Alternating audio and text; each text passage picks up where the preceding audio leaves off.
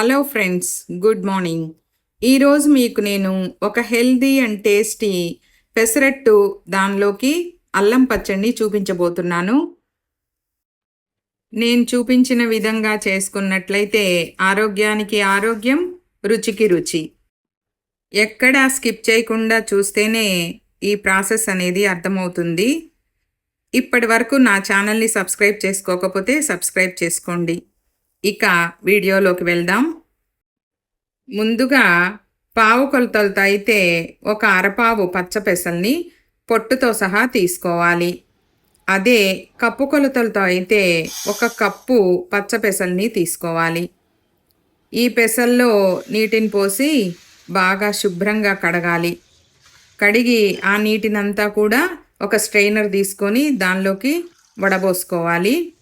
వడబోసుకున్న తర్వాత ఒక mixie jar తీసుకొని దానిలో ఈ పెసలన్నిటినీ వేసి బాగా మెత్తగా గ్రైండ్ చేయాలి. కొద్దిగా నీళ్లు పోసి కావలసినన్ని నీళ్లు పోసి బాగా పేస్ట్ లాగా గ్రైండ్ చేసుకోవాలి. తర్వాత ఈ పిండిని ఒక బౌల్లోకి ట్రాన్స్ఫర్ చేసుకోవాలి. ఈ పిండిలో 2 టేబుల్ స్పూన్ల బియ్యం పిండిని వేసి విస్కర్ సహాయంతో బాగా కలుపుకోవాలి. తర్వాత మూతను పెట్టి రాత్రంతా పులియబెట్టాలి, ఫెర్మెంట్ అవ్వాలి. ఇంతలోపు మనము అల్లం పచ్చడికి రెడీ చేసుకుందాం. ముందుగా నిమ్మకాయ సైజ్ అంత చింతపండును నానబెట్టుకోవాలి. కారానికి తగినన్ని మిరపకాయలు, 1 టేబుల్ స్పూన్ అల్లం తురుము, 1/2 టేబుల్ స్పూన్ ధనియాలు, 1 టేబుల్ స్పూన్ మినప్పప్పు, 1/4 టీ స్పూన్ ఆవాలు, ఒక 20 మెంతి గింజలు, కొద్దిగా జీలకర్ర, కొద్దిగా ఇంగువ తీసుకోవాలి. 2 టేబుల్ స్పూన్ల బెల్లం తీసుకోవాలి. ఇవన్నీ రెడీ చేసి పెట్టుకున్న తర్వాత స్టవ్ ఆన్ చేసి కడాయి పెట్టుకోవాలి. 1 టీ స్పూన్ నూనె వేసుకోవాలి. నూనె వేసుకున్న తర్వాత ముందుగా ఆవాలు, జీలకర్ర, ఇంగువ, మెంతుల్ని వేసుకోవాలి. అవి కాస్త చిటపటలాడిన తర్వాత మినపప్పు వేసుకోవాలి. ఆ మినప్పప్పు గోల్డెన్ బ్రౌన్లోకి వచ్చిన తర్వాత ధనియాలని వేసుకోవాలి. ధనియాలని కూడా వేగిన తర్వాత ఎండుమిరపకాయలని వేసుకోవాలి. ఈ మిరపకాయలు ఎవరి కారం ఎంత తింటారో అన్ని తీసుకొని వేసుకోండి. తర్వాత అవి కూడా వేగిన తర్వాత వాటన్నింటిని కూడా మిక్సీ జార్లోకి ట్రాన్స్ఫర్ చేసుకోవాలి. మరలా 1 టీ స్పూన్ ఆయిల్ వేసుకొని దాంట్లో ఈ అల్లం తురుము ఏదైతే ఉందో దాన్ని వేసుకోవాలి.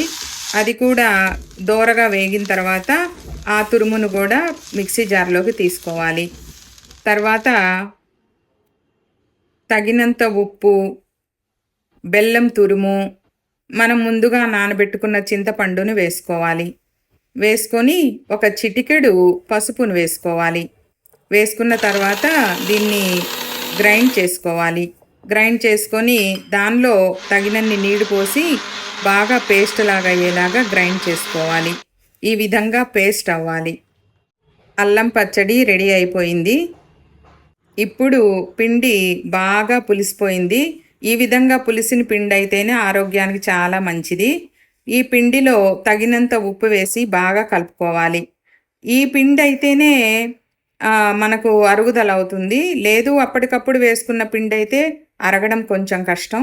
కాబట్టి ఆ సమస్య రాకుండా ముందుగానే మనము పులియబెట్టుకొని వేసుకుంటే ఆరోగ్యానికి చాలా మంచిది. తర్వాత 1 కప్పు క్యారెట్ తురుము, 1 కప్పు క్యాబేజ్ తురుము, 1 కప్పు కత్తిరించిన కొత్తిమీర రెడీ చేసి పెట్టుకోవాలి. స్టవ్ వెలిగించి దోసలు పోసే పెనం పెట్టుకోవాలి. తర్వాత అది కాగిందా లేదా అని కాసిని నీళ్లు జల్లి చూసుకొని 1 టీ స్పూన్ నూనె వేసి దాన్ని కూడా ఈ విధంగా క్లాత్ తోటి స్ప్రెడ్ చేసుకోవాలి. స్ప్రెడ్ చేసుకున్న తర్వాత ముందుగా మనం తయారు చేసి పెట్టుకున్న పెసరపిండిని 1 గంటని మాత్రమే వేయాలి. ఎక్కువ వేస్తే దోశ లావు వచ్చేస్తుంది. ఈ విధంగా పల్సగా స్ప్రెడ్ చేసుకోవాలి. ఉల్లిగడ్డ తినేవాళ్ళు ఈ క్యారెట్ తురుముతో పాటు 1 కప్పు ఉల్లి ముక్కల్ని కూడా రెడీ చేసి పెట్టుకోవాలి. తర్వాత 1 స్పూన్ ఆయిల్ పైన వేయాలి. చుట్టూ కూడా ఆయిల్ని స్ప్రెడ్ చేయాలి. చేసిన తర్వాత కొద్దిగా క్యారెట్ తురుము, కొద్దిగా క్యాబేజ్ తురుము, కొద్దిగా కొత్తిమీర తరుగు వేసుకోవాలి. వేసుకున్న తర్వాత మ్యాషర్ తోటి తేలికగా హల్కాగా పైన అలాగా ఒత్తాలి. ఎందుకంటే ఇలా చేసినందువల్ల ఆ పచ్చి మీదనే ఇవన్నీ అంటుకుపోతాయి. అవి ఊడి రాకుండా ఉంటాయి. తర్వాత మూత పెట్టి 40 సెకండ్ల పాటు అలాగే వదిలేయాలి.